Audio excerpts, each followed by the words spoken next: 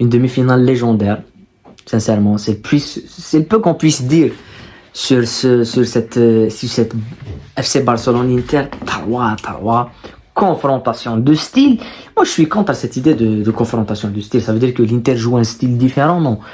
Je pense que les styles sont un peu différents, mais il y a beaucoup plus de football aussi dans cet Inter.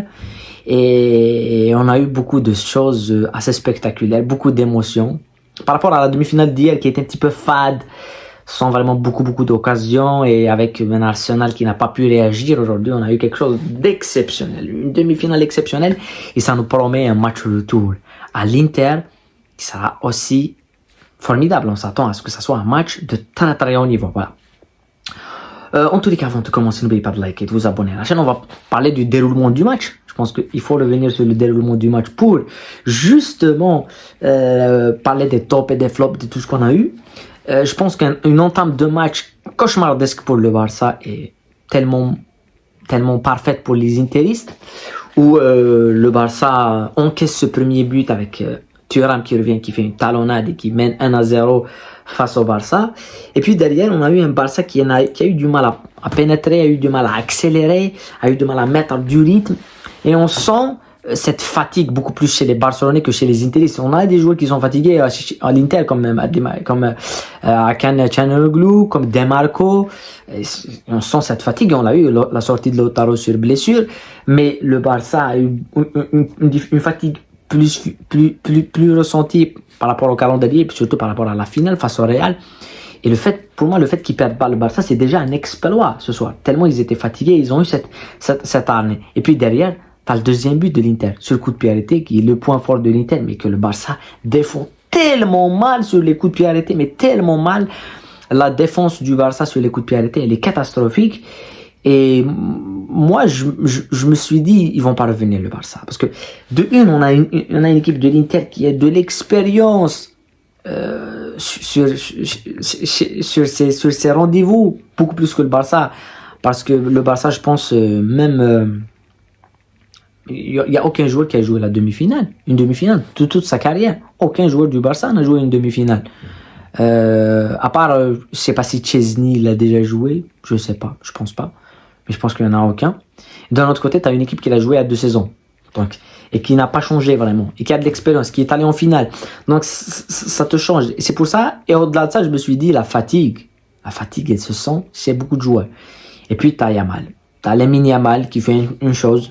Voilà, Yamal, on en parlera dans les tops et les flops, mais qui égalise avec un but splendide, magistral. Et puis derrière, t'as le Barça qui est remise dans le match. Mais comme toute cette saison, le Barça a un mental de fou. C'est tout à fait exceptionnel, leur mental. Et ils mettent le deuxième but avec Ferran Torres. Et puis derrière, le match a stagné. Le Barça a raté beaucoup d'occasions. L'Inter n'a pas eu vraiment de situation après parce qu'il y a eu la sortie de Lautaro. Et un début de deuxième mi-temps où il y a aussi la sortie sur blessure de Koundé. Donc voilà, on sent cette fatigue physique chez les Barcelonais. C'est pour ça quand on parlera de favoris, j'ai mis le PSG parce que je les sens beaucoup plus frais parce qu'ils jouent la Ligue 1 et tout est terminé. Mais les Catalans vont jouer la Liga et tout. Et après ça, il y a quand même une chose qui est très intéressante le début de deuxième mi-temps. Le Barça qui domine, mais qui domine sans se créer vraiment réellement d'occasion. On a le sentiment que l'élément déclencheur c'était Lamine Yamal. Et Ferran est un petit peu disparu. Olmo a fait un très mauvais match, surtout sur le but, parce que l'Inter va avoir une seule occasion en deuxième mi-temps. C'est un corner. Et ils la mettent, ça défend d'une façon vraiment catastrophique les Barcelonais. Et ça te met à 3-2. Et juste quelques minutes après, t'as un corner pour le Barça. Et t'as fait Rafinha qui met un but. Moi, je le donne le but à Rafinha. Parce que le mec, cette saison, en Champions League, bah, c'est un autre niveau. Cette saison, la pièce tombe toujours du bon côté Rafinha. Et ça remet le match à 3-3. Après, il y a l'occasion de Fermin. Il y a l'occasion de Yamal qui met le piqué maintenant. Je sais pas ce qu'il fait. En premier mi-temps, il aurait pu mettre même un deuxième but, Yamal. Je sais pas ce que... Voilà. Et le match se termine un petit peu comme ça. J'ai pas compris le fait de rajouter 3 minutes en Champions League en deuxième mi-temps. C'était minimum 4 ou 5 minutes, logiquement. Quand tu vois dans d'autres matchs où rien n'est en jeu, tu mets que 3 minutes. Voilà, je sais pas. L'arbitre, je sais pas comment il a compté parce qu'il y a plus de 5 changements, je pense. Il y a les interistes qui ont perdu beaucoup de temps, surtout sur les touches. Beaucoup de temps sur les touches. Mais voilà, le Barça revient de très loin. Moi, je pense que le Barça s'en sort très bien malgré tout. Parce que physiquement, tu es cuit. Tu joues une finale de Copa, tu la gagnes avec 120 minutes. Tu te reposes pas. Tu as l'euphorie, tu as tout ça. Et tu rentres dans ce match. Tu es mené 2-0. Tu reviens à 2-2. Tu es mené 3-2. Tu reviens à 3-3. C'est quand même une top performance. Mentalement, je parle. Mentalement. Après, pour en parler des tops et des flops, je mettrais Dumfries. Je pense qu'il a fait un match complet côté Interis. Je pense que c'est un top magistral. Je mettrais Acerbi, parce que défensivement et Bastoni, ils ont un petit peu fait disparaître Ferran. Mais quand tu défends à 5, avec un bloc équipe de 11 joueurs, de 10 joueurs avec le gardien, où ça défend en bloc, ça facilite beaucoup plus de tâches pour les défenseurs centraux. Donc c'est quand même quelque chose d'intéressant à voir. Mais quand on parle du top, pour moi, il n'y a pas plus fort que Yamal. Voilà. Tu donnes il y a le meilleur joueur, il est donné pour Dumfries. Parce que je pense qu'il met 2 buts, il met 2 buts, je pense. Il met un doublé Dumfries aujourd'hui sur corner. Il a mis les 2 buts sur corner. Mais pour moi, c'est Yamal le meilleur joueur. Pour moi, il n'y a pas plus fort que Yamal sur ce match. Et je vais vous dire quelque chose. Je parle souvent ici des meilleurs joueurs du monde. Pour moi, je le dis sur la continuité. Il y a Pedri qui est pour moi l'un des meilleurs, on va dire, meilleurs milieux de terrain du monde. Et c'est tout à fait, je le mettrais aussi meilleur joueur du monde. Mais ce soir, dans ce rendez-vous-là, où c'est les meilleurs qui font la différence, généralement. C'est les meilleurs qui font la différence. Ben, il n'y a pas plus fort que Yamal. Ce que fait Yamal, à 17 ans, c'est... Je sais pas. Sincèrement. J'ai pas les mots tellement il m'a éclaté. C'est un joueur formidable. Il a 17 ans, le mec. Il fait des choses. Moi, Yamal, ce qui me plaît quand on parle de lui, quand on voit un petit peu ses qualités, il a beaucoup de qualités, que ce soit sa percussion et tout. Mais dans ces qualités-là, ce qui m'impressionne, c'est son imprévisibilité. C'est-à-dire que c'est un joueur qui est imprévisible. Et on a vu à 2 contre 1. Hier, on a vu Saka. Il a essayé. On peut comparer aussi Saka. C'est lui qui devait changer le match d'Arsenal. Mais Saka, c'était beaucoup plus prévisible. Et quand tu vois Saka, c'est un immense joueur. C'est l'un des meilleurs au monde. Et tu vois Yamal, il y a une différence terrible entre Yamal et Saka.